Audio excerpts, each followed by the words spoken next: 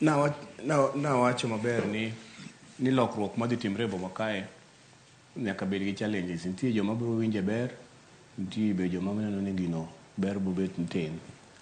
Koro nyaka wagine ne walos gini. To adwa wacho gimoro kani, wapogane gini diriyo. Wabedane piny gi jomua, kaka Charles owacho. Kuom ndalo 3 wanya chako wuok tich. Wane ni steps mage mwakawo mondo gik ma wawacho gi mane sirikal okalo ni mondo implement gi, sirikand governor nyongo kalo mondo implement. Ere kaka wanyalo implement gi maonge koko. Nikech dondruok onga bende an gi administration. Nikech an gima wacho en achiel. Ka wan gi bus stage to jowe loso stage moko oko. Mane lweny man go gi Charles Girika gi Lange. Onge tiende mondo stage obede Kamas, onge tiende mondo stage obede oil station Kawes, onge tiende mondo stage obede Ahero mowuok, onge tiende stage obede Baga Khan, manto kada stage no ger nam.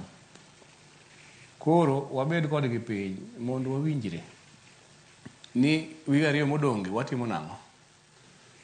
Mondo wane ni kwa tieko buche go to wapango tich modhi maber. Kaka nwapango before Free Cities. Koro obi gi joge mo on matatu mane transport sector. Kiko bi gi joma onge iye kanyo. Joma onge matatu, kiyong'e ni onge matatu gima dhi wacho kodi onge.